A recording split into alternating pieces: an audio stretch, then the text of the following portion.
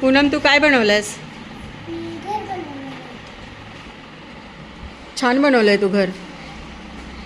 कोणाची मदत घेतली घर बनवायला?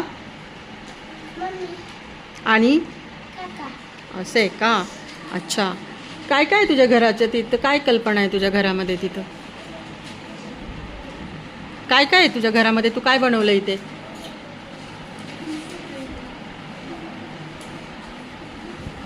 झाड लावलेलं आहे. झाड लावलंयस. आणखी खेळायला ग्राउंड बनवलेलं आहे. अजून दूधाला कुऱ्हाडी बनवलेलं आहे. अजून